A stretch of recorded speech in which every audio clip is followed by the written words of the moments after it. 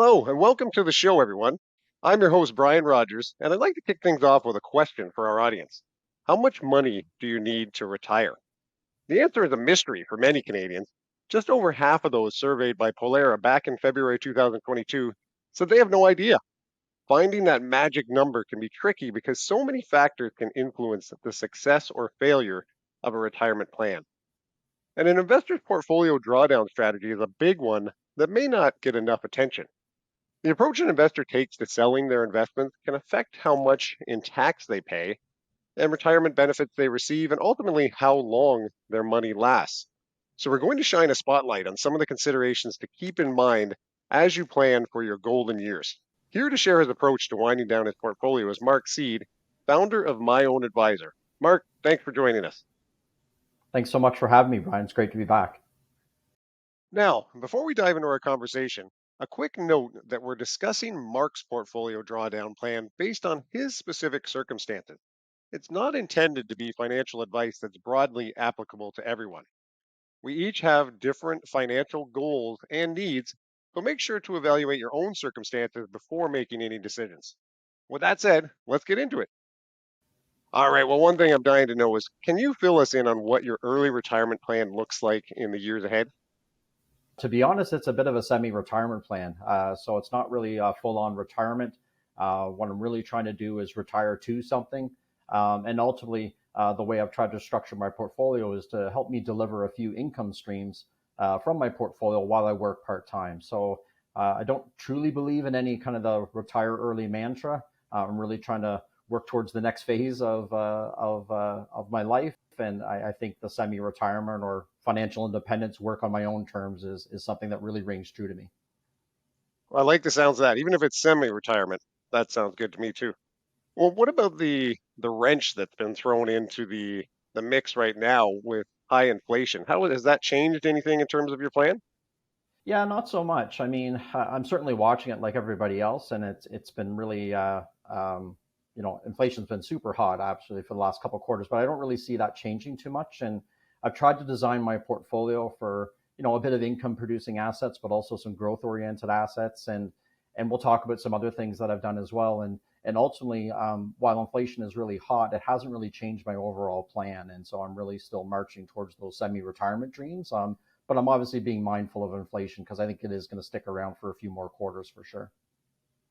Right. Yeah, income could be a factor that people are really focusing on these days. But before we dive into your specific approach, let's lay down the foundation for our audience. Why is it important to have a well-constructed portfolio drawdown strategy when heading into retirement? Yeah, I can think of basically three things off the top, Brian, that come to mind. I think the first is that folks like myself, whether you're a DIY investor or whether you're having some help with your portfolio, you need to understand that different types of income are taxed a little bit differently, right? So employment income is taxed a certain way, dividends are taxed a certain way, capital gains are taxed yet another way. So you need to understand that bit of alphabet soup in terms of taxation. I think that's the first kind of component.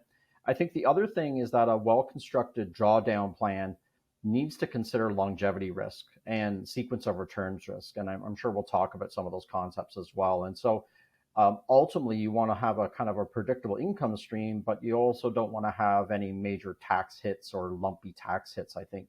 And then the third thing is that, you may want to have potentially, estate plans, or you may have beneficiary plans for your portfolio. And so, end of life taxation and other kind of factors factor in. Some people want to live up to the hilt, and that's great. And they want to be traveling the world and doing other great, wonderful things. And that's okay too. But you really need to think about kind of how your life is designed and where you want to spend your money. I think those are kind of the three kind of considerations that really come to mind for me, and how I kind of personally approach things. Yeah, that's a great foundation. So that being said, so what are some of the key parts to a sound portfolio drawdown strategy as you see it? When I look at how I've constructed my portfolio and how I approach things, is I'm really looking at it through a risk management lens. So what could happen in the next couple of years that could derail my plan? You talked about inflation, Brian. It's been fairly hot of late. So how could I structure my portfolio? What assets could I own that allow me to maybe hedge inflation a little bit better? If I lost my job, gosh forbid, or anybody else lost their job, how would you weather the lack of income? So do you have a cash wedge? Do you have some money set aside? Basically a larger rainy day fund, if you will, to weather those types of things. And so you need to kind of think about the downside, right? I kind of look at my portfolio and a little bit of my personal finance planning. I try to save and invest like a pessimist, but I'm also trying to be optimistic about the future. I think from that perspective, you're always kind of looking at the downside because everybody can live with the upside in terms of markets running hot. I don't think anybody saw 2021 where the stock market went up 30% or 25%. That was absolutely bonkers. But because I stayed invested, I rode that up. Now almost the inverse is happening. You need to be prepared for that volatility and those fluctuations. And I think looking at it through a risk management lens is super important. All right, I think I'm a glass half full guy as well, Mark. So I share your thoughts there. Awesome. Government benefits like old age security and Canada pension are staples of many retirement plans. So can you share some of the key features of each benefit and how they might figure into your portfolio drawdown strategy? OAS is really a social safety net, right? It's really a floor. So OAS, old age security, is really designed around creating that social safety net, that minimum floor for all Canadians who, basically based on residency requirements, have lived in Canada for upwards of 40 years. They're going to get the maximum old age security benefits at age 65 and beyond. So the reason why that's important is because those two programs, Canada Pension Plan is a contributory program, whereas old age security is more from general tax revenues, right? So it's that social security net. You can largely count on those. So if you've been working for quite a few years and contributing to CPP, you're going to get some of that as part of your safety net. And same with OAS. If you've lived in Canada or even if you're fairly new to Canada, you are going to get a percentage of old age security. So that's going to be a floor, a nice base. And what you can do is essentially work backwards from some of those income streams. Whether you decide to retire early, do some sort of semi-retirement plan like I am, or even full retirement in your 60s and beyond, you can rely on those two programs to kind of give you a baseline and work yourself backwards in terms of figuring out your income stream. So I look at CPP and OAS as a bit of a, icing on the cake a little bit. But at the same token, as I get older, the reality is those two programs are purposely designed to help Canadians basically cover some of their semi-retirement or retirement expenses. And I don't think you can ignore those two facts. Now, there's some debate as to when the optimal time to start old age security and Canada pension plan payments. Of course, each individual's specific circumstances are different, and there's no single answer. But why have you decided to delay them as long as possible?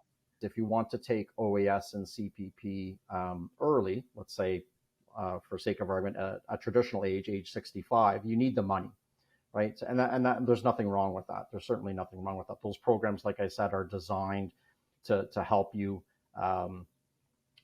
work through your retirement income streams.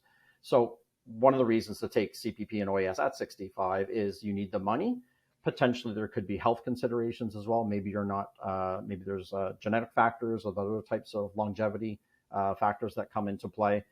And then ultimately you may decide that, you don't want to, transfer anything in terms of your estate. You want to take the money now. It's a bit of a bird in hand kind of scenario. And you're willing to take the government money, draw down your portfolio. You may not have a big estate or need to create any estate for beneficiaries and so on. And so those are kind of a few factors that you may want to take the money now. Reasons for delay and why I'm thinking about personally delaying is I kind of like the fact of seeing CPP, my contribution years, and OAS, kind of that kind of general tax revenue, Social Security kind of benefit, as basically bonds. So as I age, I can consider those government payments a bit of a bond proxy, right? Those are inflation protected, CPI indexed bond payments, if you will, that I can get from the government.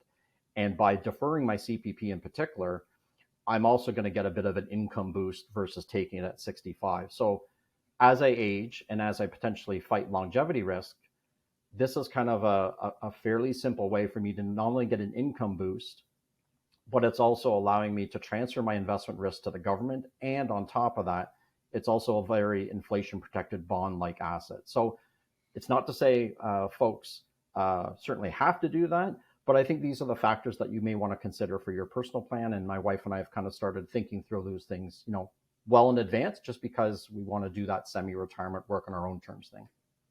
Yeah, I like that idea of transferring risk to the government. I think a lot of people, that's appealing to them for sure.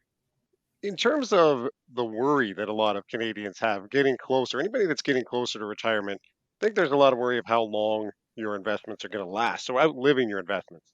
There's a lot of debate about the percentage of a portfolio investor can safely withdraw without running too high a risk of outliving that savings. What's your approach, especially with the rising cost of living? What is your approach to that consideration? Yeah, I mean, there's been lots of studies. A quick Google search on the 4% rule, and I don't know how many hits, Brian, you're going to get. You're going to get a lot of hits, right? And I think one of the things that folks need to consider is that the 4% withdrawal rate, if we want to talk about that a little bit, or any kind of fixed withdrawal rate, these are studies that are done at a point in time.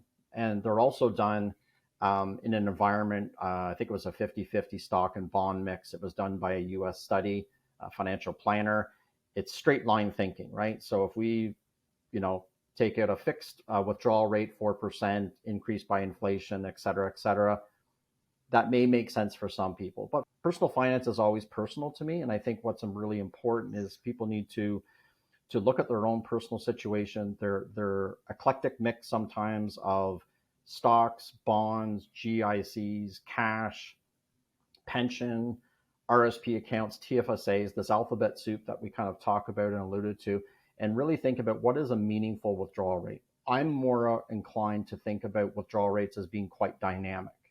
And what I mean by that is I don't really believe in a fixed line withdrawal rate. So it's not like a 4% rule one year and then it's 4.2% the next year with inflation and so on. Spending in my personal life, in my asset accumulation years, if you will, is quite dynamic, right? So I'm not spending a fixed line every month on credit cards or food, groceries, or anything. And so I think in my asset decumulation years, my spending is also going to be quite dynamic. So where I'm going with this is I think people need to consider a bit of a variable percentage withdrawal rate. So this allows you to spend maybe a little bit more money in good years and maybe a little bit less money in bad years. But by having those kind of guardrails established, you may have a target spend of say $5,000 a month. That's great. But in some months or some years, if you can spend, $5,500, and in other months or years you can spend $4,500, you can kind of stay within this band that allows you to kind of navigate inflation, rates of return, and lots of other things as well. So I'm a big fan of variable percentage withdrawal. There's some content on my site that people can check out about that approach. There's actually a lot of free tools and calculators out there that people can use. Creating those types of models where you can have a lot of flexibility built into your drawdown plan is super important for a lot of folks. And it doesn't mean you have to spend a certain amount or you have to aspire to have a certain kind of magic number. It's really about the process of planning and replanning that's super important when you start thinking about your drawdown. Yeah, and that's something I never even thought of. I always thought you had to have a consistent amount of income that you're always bringing in. But I think just like in life, there are going to be ebbs and flows and years where you may, go on vacation or you may not, or you do some things and the spending is going to be higher and lower in different years. So that's really interesting. Can you expand on that a little bit more for our audience? Say my portfolio is yielding about 3.5 or 4%. So that's my collection of stocks and ETFs. I'm actually going to just withdraw that money as cash. That's going to be my starting point, if you will, for my withdrawal rate. I'm going to do that withdrawal rate for the first 2 or 3 years to really avoid sequence of returns risk, eating into the capital too soon, but also allowing those growth assets to keep doing what they're growing. Because ultimately, the way I see my portfolio and how it's structured, it's not just all about dividends and distributions. It's really about total return. So it's the sum of the dividends and distributions plus interest plus capital gains. I'm really not going to touch the capital gains part. I'm going to let that compound. But really starting with a yield of about 3.5 or 4%, that's when I'm really going to start extracting. And I'm going to kind of leave the rest of the growth to take care of inflation or other types of things.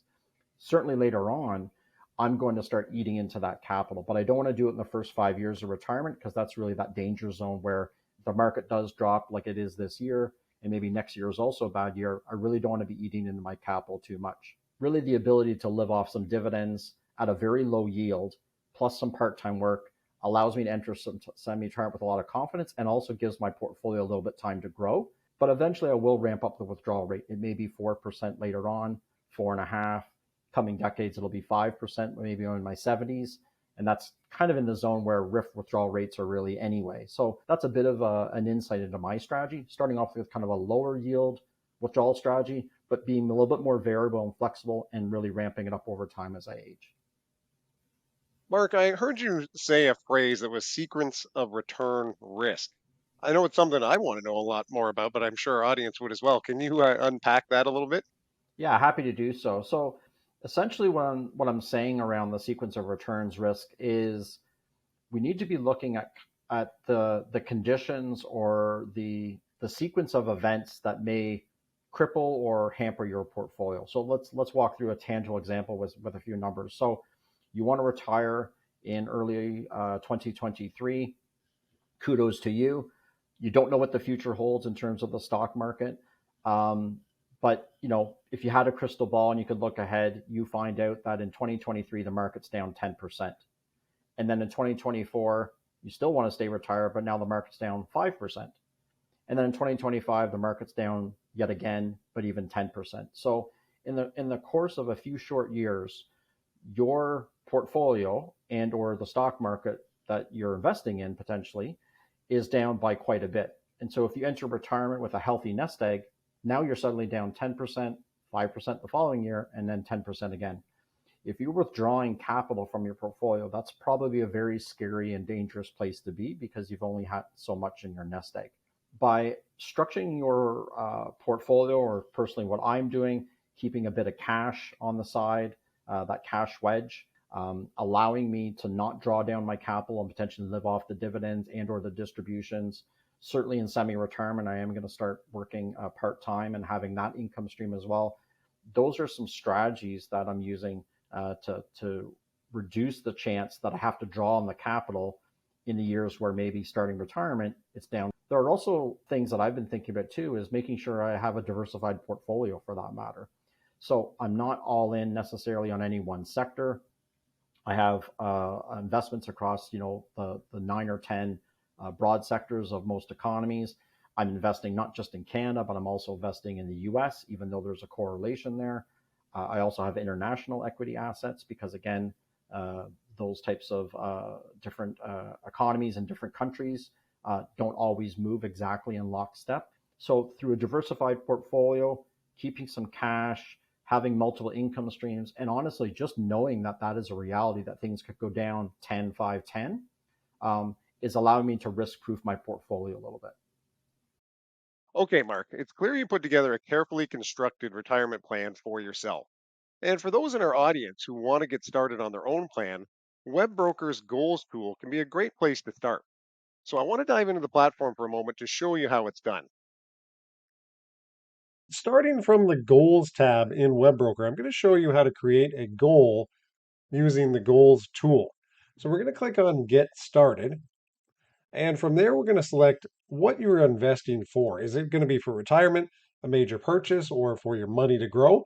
I'm going to select a major purchase for this example, and then I'm going to fill in the details. So I am 45 years old, and I'm going to keep tabbing along to say I want to save $100,000 in investments by age 55 so I can purchase a sailboat. And I'm going to name this goal my dream cruise. You can name it whatever you want. Click on Save and Continue. And the next screen is probably the most important. And this is looking at what type of return are you going to require for this particular goal? And what type of investment level in terms of conservative, moderate, aggressive, custom. You can even create your own. But they have some pre-built profiles that you can utilize and you can look at the full details. And it's going to show you what type of asset mix that a portfolio designed similarly would achieve in terms of a return. So an average return of roughly about 6.8%. And you can see a high and low in terms of estimated returns that a similar portfolio would generate. Remember, these are returns that are based on previous benchmarks, so you can actually look at the benchmarks we're using here. But remember, those returns are not necessarily guaranteed because they are based on previous or historical returns, but it's something to start with to estimate what your goal is going to achieve. So you can choose that profile if it's something that fits with your risk tolerance. You can select that. And then you're going to go to the next stage and you are going to select an account. So if you click on save and continue, you're going to choose which account you want to allocate this goal towards. So you could go to the cash account, for example, at the very top here. And then you're going to scroll down and you're going to select any additional funds that might be used for this particular goal in this section here. And then you're going to put in what would be your frequent contribution to this goal. So I'm going to put $350 in terms of a bi-weekly frequency. And then I'm going to click on save and continue and see, does this particular amount meet the goal that I'm trying to achieve in this 10-year period? So when I do look at it, it does actually, happens to work out quite well. It's about 108,000. So it's slightly above my goal of $100,000 in the 10 years. So it's going to graph this out for me. You can view assumptions here, what it's showing, how the returns are calculated. But over on the left-hand side, you can also adjust some of these numbers too, up or down. If you wanted to factor in if there's high inflation right now, you might want to go a bit higher in terms of your projection to be, in another level if you wanted to be at 120 or 130,000 just to be safe, because there are some years that your projection could be a little bit off in terms of your returns. You could change the dollar amount to do that. If you click the plus sign, that'll go to 400 and you can recalculate and see how much more that's giving you. If that's doable in terms of the amount you can contribute, you could do that. Or you could reduce your target amount if you're okay with going with a cheaper boat, for example, or you could change your target age. All of those factors are going to change the timing and the amount that you're going to save over that time period within that goal. So once again, you can click on start with this plan. That's going to say congratulations, you achieved your creation of your goal. And now you can go back to your dashboard and you can see that you're on target. It's saying status is good. You have your target, your projection, and you can always go and view the details or make adjustments as you see fit as you go along. Let's take a closer look at your plan specifically. Can you share a snapshot of what your income and spending expectations are heading into retirement? Yeah, I mean, I think I've put on the website that we're kind of looking at spending probably around upwards of 6,000 a month, give or take. In terms of that kind of latitude in spending, in some years we may spend a bit less than that per month or per year, and in other months we may spend a bit more. But ultimately, I want to create some buckets, right, and some strategies around my drawdown. So I'm basically trying to create a bit of a cash bucket or a bit of a cash wedge that's insulated from any short-term needs that I have, right? So it's basically a larger emergency fund that if I need to draw on those savings for 6 months or a year or even a little bit more, I absolutely could, and I wouldn't have to touch anything.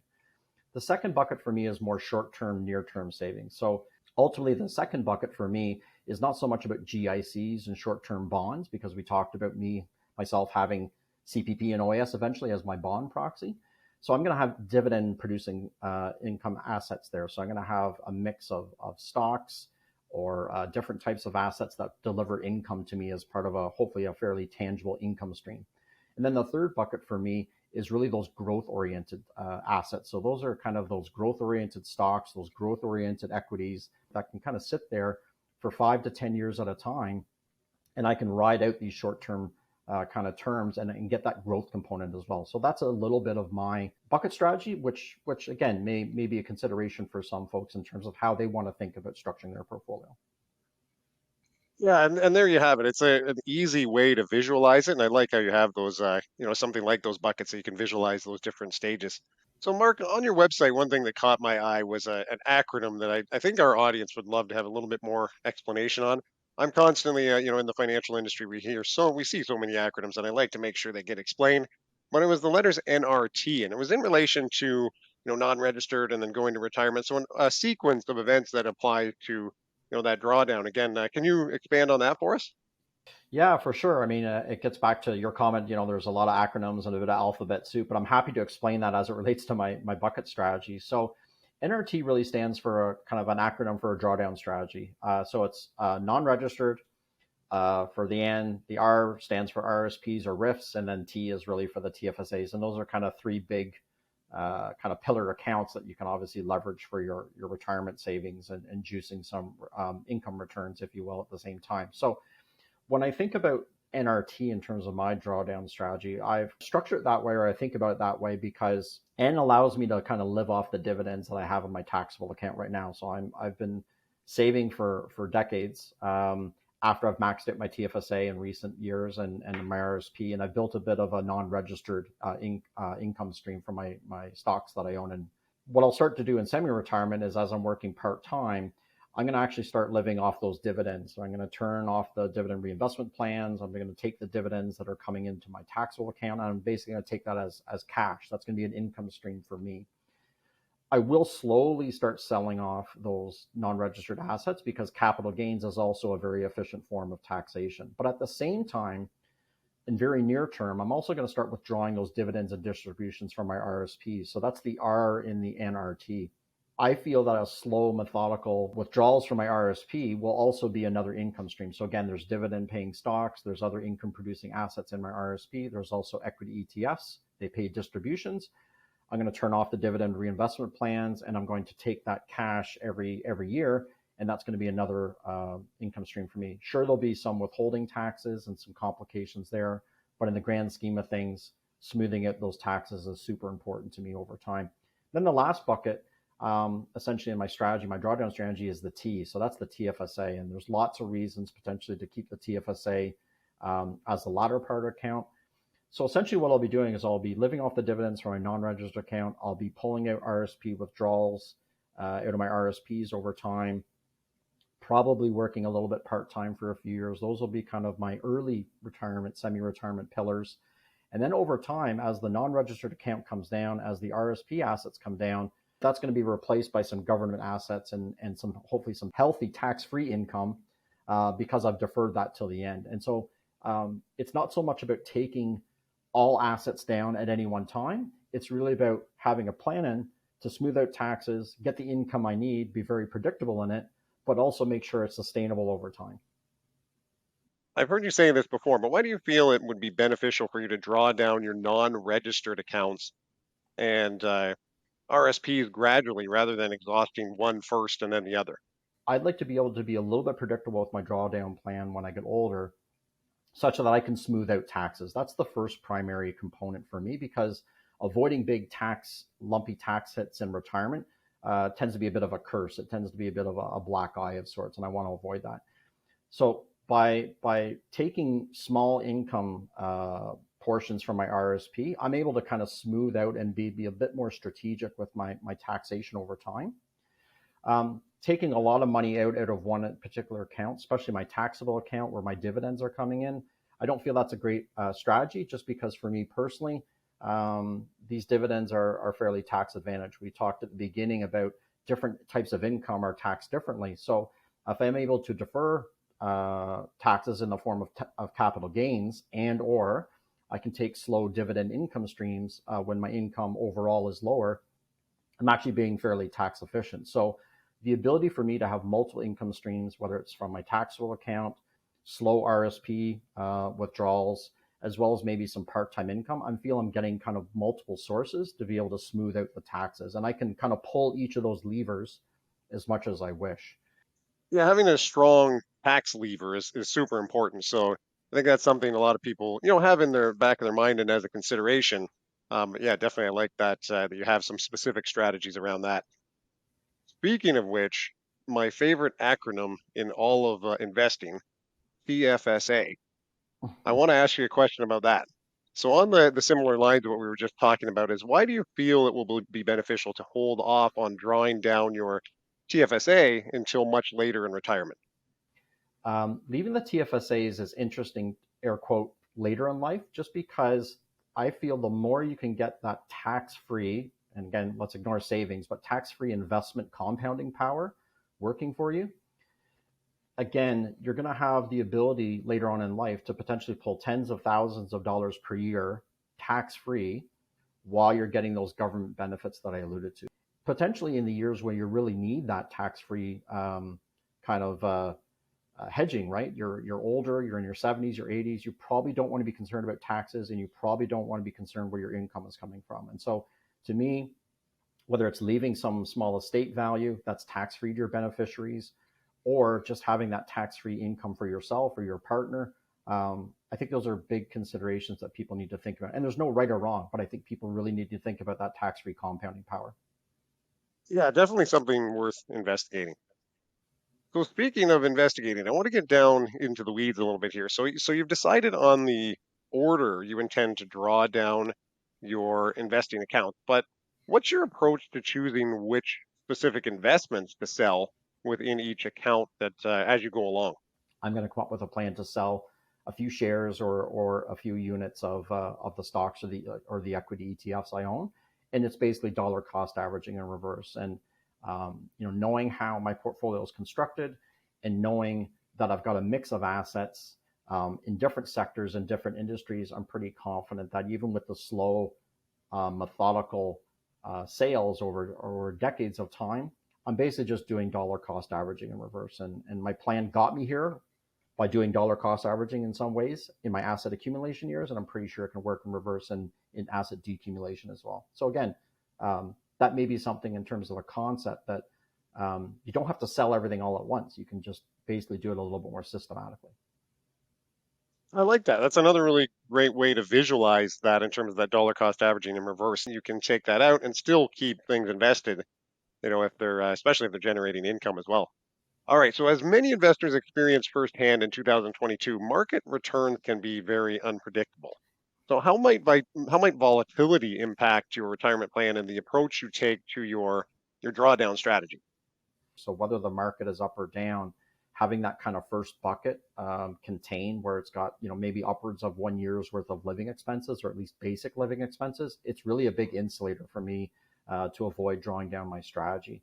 I think the second thing that I also think about is, because I've designed my portfolio around some income producing assets and some growth oriented assets, again, buckets 2 and 3 respectively, I feel quite confident that the companies, the stocks that tend to pay dividends will continue to pay dividends. Obviously, dividends are never guaranteed. There can be cuts, reductions, and what have you. But overall, the collection of companies should perform and be a bit of an inflationary hedge or fight sequence of return risk. And then I've got the growth compartment as bucket number 3. So again, the ability to live off dividends and or distributions from your portfolio really allows to keep that capital intact a little bit more in the early years. Certainly you can draw it down later, but in the early years, that's where you're really fighting a big drawdown. You want to avoid a big takedown in any capital. All right, just a heads up to our viewers that there are many other factors to consider when managing retirement accounts that we haven't really touched on here. So make sure to check out the resources we have available to help, including there's a RIF information center and a tax information center under the accounts tab in Webroker. So anybody in TD Direct Investing, make sure you check out those resources. All right, Mark, we're going to have to leave it here. So thanks for sharing your plan to make the most of your portfolio during retirement. You've certainly given our viewers a lot to consider with their own investment plans as they gear up for their golden years. Any final words of encouragement for investors preparing their portfolio drawdown strategy? At the end of the day, Brian, having a bit of a tax problem and talking through these concepts with a lot of Canadians is a good problem to have. And ultimately, if Canadians can continue to just save where they can, keep an eye on inflation in terms of lifestyle, and take advantage of the tools that are available to them, I think Canadians will be well served for semi-retirement or anything they really want to pursue later on. Oh, well, thanks again for joining us, Mark. And for those of us in our audience, make sure to register for our upcoming live webinars and check out our library of on-demand content available in the Learning Center and on the YouTube page as well. So see you all next time.